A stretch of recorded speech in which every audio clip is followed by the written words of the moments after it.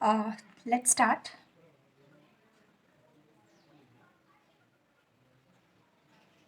Hello everyone. Today we are going to start our next topic. So let's start. जैसे कि आप लोगों को यहाँ पे टॉपिक में I give a question, define and give unit of work, power, energy, right, something like that. आपके GTU exam papers में भी इसी तरह के क्वेश्चंस पूछे जाते हैं. आपको उसका डेफिनेशन देना होता है एंड देन उसके बाद you have to give unit of this all definitions, right. So let's start. अभी आप ऑब्जर्व करेंगे कि यहाँ पे क्वेश्चन बैंक जो मैंने आप लोगों के साथ शेयर किया था उसमें जैसे आपका फर्स्ट क्वेश्चन है यहाँ पे कि define and give a unit of resistance, conductor, power, work, power, EMF, electrical current, energy and electrical charge, right. Gujarati में भी as well as same question है लाइक कार्य, power, EMF, electrical current, energy यानी विद्युत भार, व्याख्या ने एकम आपो. ठीक है. तो इस क्वेश्चन में ये बाकी के जो दूसरे टर्म्स हैं वो ऑलरेडी हमने क्लास में डिस्कस कर लिया है, तो अभी हम यहाँ पे नहीं करेंगे. अब भी जो हम आज 3 टॉपिक करने वाले हैं, वैसे तो ये भी क्लास में हो गया है, पर फिर भी मुझे ऐसा लगता है कि जैसे कि आप यहाँ पे ऑब्जर्व करेंगे कि क्वेश्चन पेपर में ये जो मैंने टिक मार्क किया है ये कुछ न्यूमेरिकल्स हैं. इन न्यूमेरिकल्स के लिए आपको ये जितने भी टर्म्स हैं, वर्क, पावर और इन सब के डेफिनेशंस आने ज़रूरी हैं, राइट. सो इसलिए आज पहले मैं आप लोगों को इन सभी के डेफिनेशन सिर्फ डिस्कस करूँगी मैं, और आपको यूनिट और उनका फार्मूला अभी हम बता देती हूँ. ठीक है. सो लेट्स स्टार्ट. फर्स्ट है आपका वर्क. अभी वर्क क्या है, सबसे पहले हम लोग बहुत ही कॉमन लैंग्वेज में समझ लेते हैं इसे कि जस्ट एज्यूम, ये रफ सेक्शन बना लेते हैं.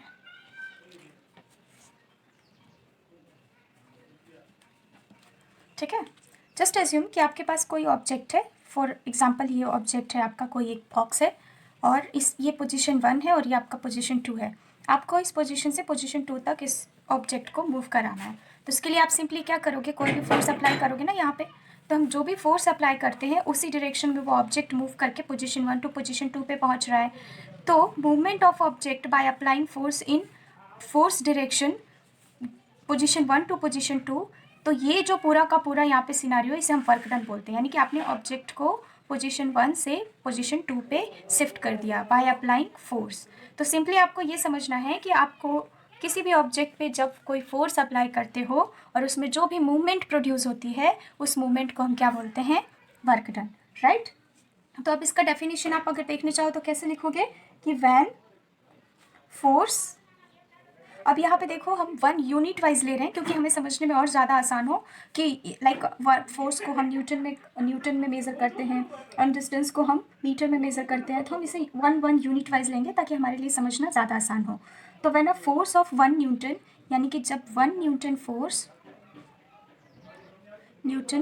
फोर्स हम अप्लाई करते हैं, या फिर ऐसा बोल सकते हो कि 1 Newton force moves the body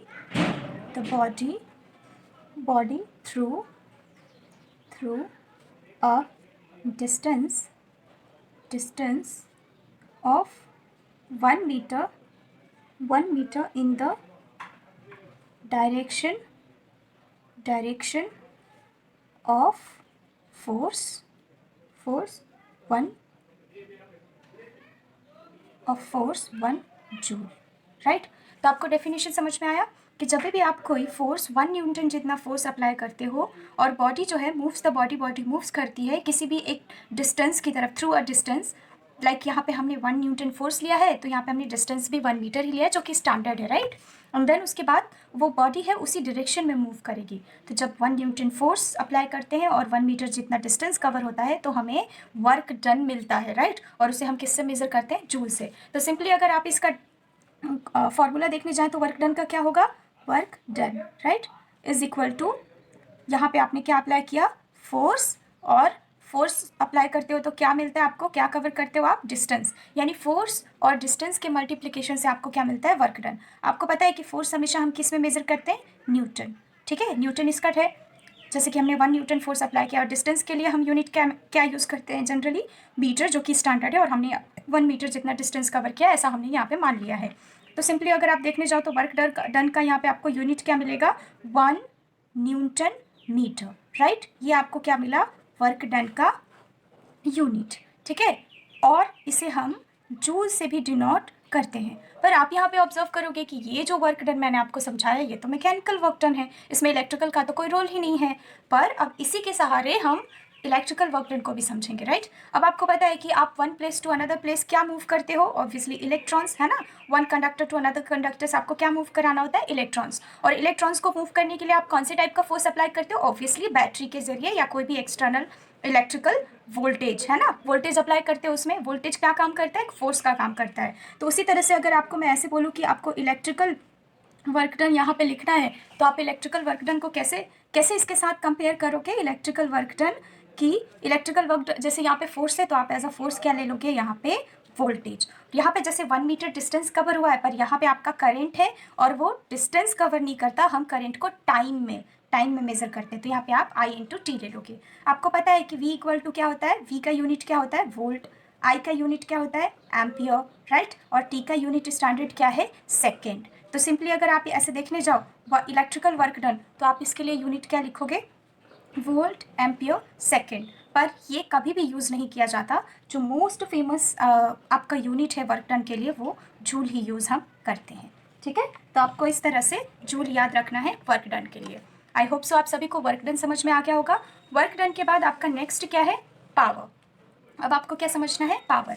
तो वर्क डन दैट मीन्स कि क्या, आपको सिंपली इसका डेफिनेशन याद रखना है एंड देन उसके बाद इसका यूनिट याद रखना है जो कि क्या है, जूल है। या मैकेनिकल वर्क डन आपसे कोई पूछे तो न्यूटन मीटर है, राइट।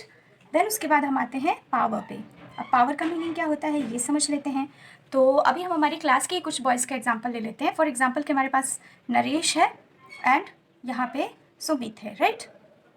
अब फॉर एग्जाम्पल आप ऐसा समझ लो कि मैं 5 बेंचेस, मुझे 1 class to another class shift कराना हो, कितने, 5 बेंच, ठीक है, 5 बेंचेस है मुझे। तो ये आपका वर्क हो गया।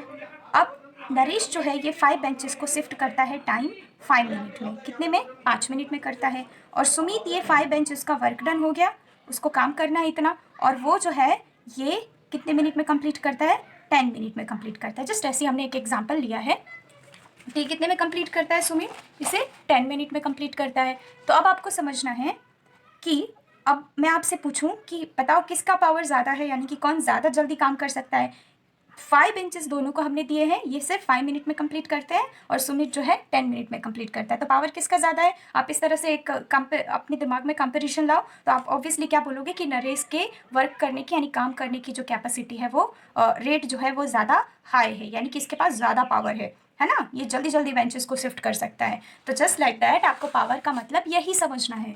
पावर दैट मीन्स कि क्या, rate of doing work. Power का मतलब आपको क्या समझ के चलना है, रेट ऑफ डूइंग वर्क, ठीक है। रेट ऑफ डूइंग वर्क को हम क्या बोलते हैं, पावर। और पावर उसे गुजराती या हिंदी में आप समझने जाओ तो बोल दोगे काम करवानी दर, यानी कि काम करने के दर को हम क्या बोलते हैं, पावर। तो इसे अगर फॉर्मूला के फॉर्म में लिखे तो पावर इक्वल टू क्या लिखोगे कि आप वर्क कोई भी काम कर रहे हो और कितने टाइम में कर रहे हो, क्योंकि टाइम का क्या है, अपोजिट है पावर। अगर आपका टाइम कम होता है तो पावर क्या होता है, बढ़ता है, और वर्क भी बढ़ता है ना। टाइम कम होगा तो आप काम ज़्यादा करोगे और आपकी पावर भी ज़्यादा बढ़ेगी। तो अब इसे हम सिंबल्स के फॉर्म में लिख लेते हैं। वर्क को हम W से डिनोट करेंगे, टाइम को हम T से डिनोट करेंगे, ठीक है। हमें पता है कि वर्क का क्या होता है, जूल होता है, और टाइम का क्या होता है, सेकेंड होता है, यूनिट। तो इस तरह से इसका यूनिट आप एक क्या लिख सकते हो, जूल पर सेकेंड, ठीक है। लेकिन ऐसा नहीं होता, जो मोस्ट फेमस पावर का यूनिट है वो क्या है, वॉट। क्या याद रखोगे आप लोग, वॉट। तो पावर का जो मोस्ट फेमस यूनिट है वो क्या है, वर्क, सॉरी वॉट, राइट। तो इस तरह से आपका यहाँ पे पावर का भी कंप्लीट होता है। देन उसके बाद नेक्स्ट है आपका एनर्जी। अभी नेक्स्ट आपको क्या समझना है, एनर्जी। अब एनर्जी से पहले पावर में थोड़ी बहुत चीज़ें और भी है जो आपको क्लियर कर दूँ, क्योंकि आगे न्यूमेरिकल्स में आपको काम आएगा, ठीक है। मैं यूनिट वाइज भी आपको समझाते जा रही हूँ। तो अभी आपने अभी पावर का क्या देखा कि पावर इज इक्वल टू होता है work done divided by time. अब आपको आगे आपने इलेक्ट्रिकल वर्क डन का फॉर्मूला क्या लिखा था, देखो इलेक्ट्रिकल वर्क डन ये रहा, VIT लिखा था कि नहीं। और हमें तो इलेक्ट्रिकल को रेफरेंस लेके चलना है ना, तो इसीलिए यहाँ पे हम लोग पावर में इलेक्ट्रिकल वर्क डन को क्या लेंगे, VI और T, और नीचे T तो है ही। तो अब देखो यहाँ पे टाइम और टाइम कट हो गया, तो फाइनल आपको P का इक्वेशन क्या मिल रहा है, V इंटू आई, तो ये आप याद रखना कि पावर इक्वल टू क्या होता है, V into I, and unit क्या होता है इसका, वॉट। क्या याद रखना है आपको, वॉट। ठीक है, हो गया। अब उसके बाद वॉट जो है ना, इसके कुछ और भी दूसरे मेजर्स होते हैं, वो मैं आपको यहाँ पे नोट करके लिख देती हूँ। ये याद रखोगे तो बहुत अच्छा है, बाकी 1-2 मार्क्स में अगर डेफिनेशन पूछा जाए तो ये सब लिखने की ज़रूरत नहीं है। ठीक है, तब यहाँ पे देखो आप, ये जैसे कैसे आप लोग मीटर, किलोमीटर, मिलीमीटर, है ना, तो इस तरह से जब जो मीटर के अलग अलग स्टैंडर्ड यूनिट्स पढ़ते हो, जस्ट लाइक दैट वॉट का भी, जैसे कि वॉट होता है ना, इसे हम बोलते हैं वॉट होता है। वॉट यानी कि सिंपली आप ऐसा बोल सकते हो कि आपका क्या है, स्टैंडर्ड यूनिट है। वॉट के बाद फिर एक वॉट से भी बहुत छोटा जो आता है, वो एक आता है आपका माइक्रो, MI, माइक्रोवॉट। ठीक है, माइक्रोवॉट मतलब कि, सॉरी इसे मुझे थोड़ा ज़्यादा डिस्क्राइब करना पड़ेगा। आपको ऐसे लेके चलना है कि 1 micro watt is equal to 10⁻⁻6 watt. ठीक है, और इसका सिंपल है इस तरह से, माइक्रो और वॉट, ये फर्स्ट। सेकेंड एक होता है, जो ये मैं आपको वॉट के साथ कंपेयर करके बता रही हूँ। एक होता है, कहीं पे भी 10⁻⁻6 हो तो आपको समझ जाना है कि ये माइक्रो वॉट में यूनिट दिया हुआ है। फिर उसके बाद एक आता है आपका मिली वॉट, उसे आपको लेके चल रहे हैं 10⁻³ वॉट। ठीक है, और इसे हम मिली और वॉट इस तरह से डिनोट करते हैं। थर्ड आपका आता है kilo watt, like 1 kilo watt में आपके कितने वॉट होते हैं, वो 10⁻³ है, यानी कि 1000 वॉट होता है 1 किलो वॉट में, और इसे हम किलो और वॉट इस तरह से कैप्स में ही सबको डिनोट करते हैं। फिर फोर्थ आता है आपका 1 मेगावाट। क्या आता है, मेगावाट। 1 मेगावाट में आपका आता है 10⁻6 वॉट, यानी कि इसका पूरा अपोजिट है। ठीक है, और इसे हम कैपिटल M और W से डिनोट करते हैं, 1 मेगावाट। Okay done. तो ये कुछ यूनिट्स हैं जो कि आपके स्टैंडर्ड यूनिट के कंपेयर में उनका क्या रेशियो बनता है 10⁻² का, वो मैंने एक बार समझा दिया है। तो अभी देखो पावर को थोड़ा ज़्यादा और एक्सप्लेन करना पड़ेगा, क्योंकि पावर का सिर्फ V इंटू आई एक फार्मूला के बेस पे ही क्वेश्चंस नहीं आते हैं, इसके ऊपर और भी है। आपको याद है ना कि ओहम्स लॉ का क्या था, ओहम्स लॉ में क्या था, आई, आर और V का फॉर्मूला आपको याद होगा। तो ओहम्स लॉ में जैसे कि आप लोगों ने पढ़ा था, चलो मैं एक यहाँ पे ओहम्स लॉ का ट्राइंगल आपको बना देती हूँ, जो कि समझने में आपके लिए आसान हो। यहाँ V को टॉप पे रखो, यहाँ पे रखो I और यहाँ पे रखो R। इनका सेक्शन बना दो थोड़ा थोड़ा, V के ऊपर डिवीजन और यहाँ पे मल्टीप्लाई। इसका मतलब क्या है आपको समझा देती हूँ मैं। यहाँ पे V है, देखो V और I के बीच में डिवीजन होगा तो आपको R मिलेगा, और अगर I और R के बीच में डिवीजन होगा तो आपको I मिलेगा, I और R के बीच में मल्टीप्लाई होगा तो आपको V मिलेगा। ठीक है, देखो यहाँ पे नोट करके मैं लिख देती हूँ, आपको समझने में आसानी हो, क्योंकि ये फॉर्मूला याद रखना बहुत आसान है, बहुत इंपॉर्टेंट है। तो यहाँ पे याद रखो V इज इक्वल टू, जैसे V आपको फाइंड करना है तो बचा क्या, I और R, तो यहाँ पे I इंटू R लिख देना है, तो ये मिल गया आपको वोल्टेज का। एंड सेकेंड, अब आपको फाइंड करना है I, तो I को रहने दो, तो बचा क्या, V इंटू R, तो I is equal to V divided by R।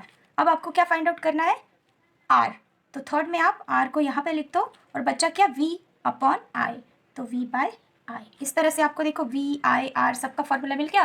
तो ये ट्राइंगल याद रखो, तो आप ये फॉर्मूला कभी भूलोगे ही नहीं। ठीक है, तो इस तरह से ये याद रखना, ओहम्स लॉ का ट्राइंगल। जैसे कि अब यहाँ पे लिखा हुआ है कि P is equal to V into I. तो अब एक काम करते हैं हम लोग, सबसे पहले हम V की वैल्यू पुट करके देखते हैं। तो यहाँ पे ले लेते हैं V is equal to I into R होता है। ठीक है, इसलिए P इज इक्वल टू, यहाँ पे V की जगह पे हम पुट करके देखते हैं। ठीक है, I into are into I, तो आपको क्या मिलेगा यहाँ पे, I का स्क्वायर और R, क्योंकि I और I मल्टीप्लाई होकर क्या हो जाएंगे, स्क्वायर। तो यानी आपको एक P का कौन सा नया फॉर्मूला मिला, P is equal to I square R। तो याद रखना कहीं पे ये भी अगर फॉर्मूला है तो आपको समझ जाना है कि ये भी एक P ही है। देन उसके बाद अब आप आपके फर्स्ट वाले इक्वेशन में ही ऑब्जर्व करो, P is equal to V into I है, आपने V की जगह पे आई आर पुट करके देख लिया। अब आप P के ही इक्वेशन में I की वैल्यू को पुट करके देखिए। जैसे कि आप देखो यहाँ पे P is equal to V into I है। अब ये यहाँ पे आपने V की जगह पे पुट किया था, अब यहाँ पे आप I की जगह पे पुट करके देखिए। यहाँ पे देखो मैंने लिखा है I equal to V by R होगा। ठीक है, तो यहाँ पे लिख दो I is equal to V by R, है ना, देयरफॉर। तो इसलिए P इज इक्वल टू क्या हो जाएगा, V का V रहने है तो यहाँ पे क्या हो जाएगा V बाय R। तो फाइनली आपको क्या मिल जाएगा, V का स्क्वायर बाय R।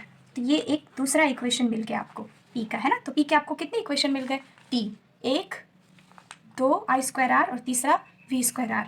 अब अगर सिर्फ एक आपके कंक्लूजन के लिए और आपकी क्लियरिटी के लिए बता दूं कि अब अगर मान लो कि P is equal to V into I है, मैंने V की जगह पे भी आपको यहाँ पे पुट कर दिया I इंटू आर, और I की जगह पे भी मैंने पुट कर दिया V बाय आर। तो देखो R कट हो गया, तो यहाँ पे बचा क्या, V इंटू आई। आ गया वापस से इक्वेशन वही। तो ये प्रूफ है कि ये यहीं से डिराइव किया गया है, ठीक है। तो इस तरह से आपके ये मैंने पावर को एक्सप्लेन कर दिया। यहाँ पे पावर को क्या आपको 3 फॉर्मूले याद रखने हैं, V into I square R और V स्क्वायर आर। जो जनरली यूज़ होता है V इंटू आई और आई स्क्वायर आर, यही ज़्यादातर देखा जाता है, ये बहुत ही रेयर केस में देखा जाता है, ठीक है। फिर उसके बाद आपका नेक्स्ट एक और कौन सा डेफिनेशन बच जाता है, एनर्जी। कौन सा बच रहा है, एनर्जी, ठीक है। तो अब एनर्जी को समझ लेते हैं।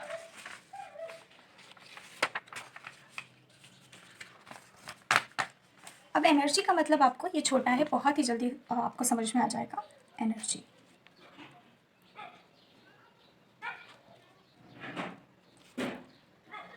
एनर्जी मतलब simply definition wise capacity to do work, capacity to do work, यानी कि जो आप काम कर रहे हो उसी कंसिस्टेंसी से आप कितनी देर तक उस काम को कर सकते हो, आपकी कैपेसिटी कितनी है। तो सिंपली एनर्जी यानी कि E इज इक्वल टू, यहाँ हम पूरा ही लिख देते हैं, सॉरी,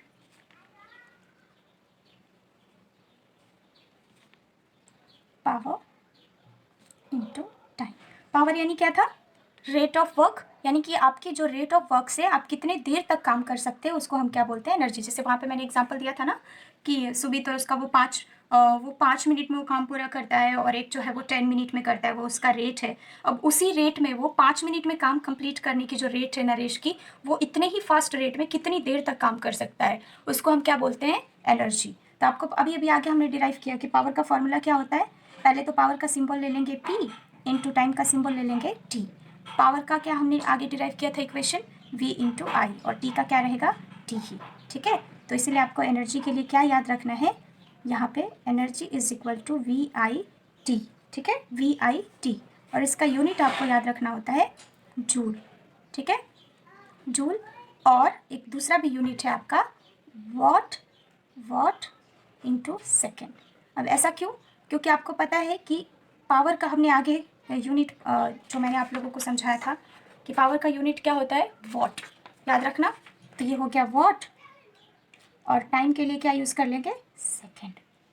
तो हो गया वॉट सेकेंड। पर वॉट सेकेंड आपने कहीं पे नहीं सुना होगा, आपने किलो वॉट सुना होगा, वॉट पर आवर सुना होगा, है ना, वॉट किलो वॉट आवर सुना होगा।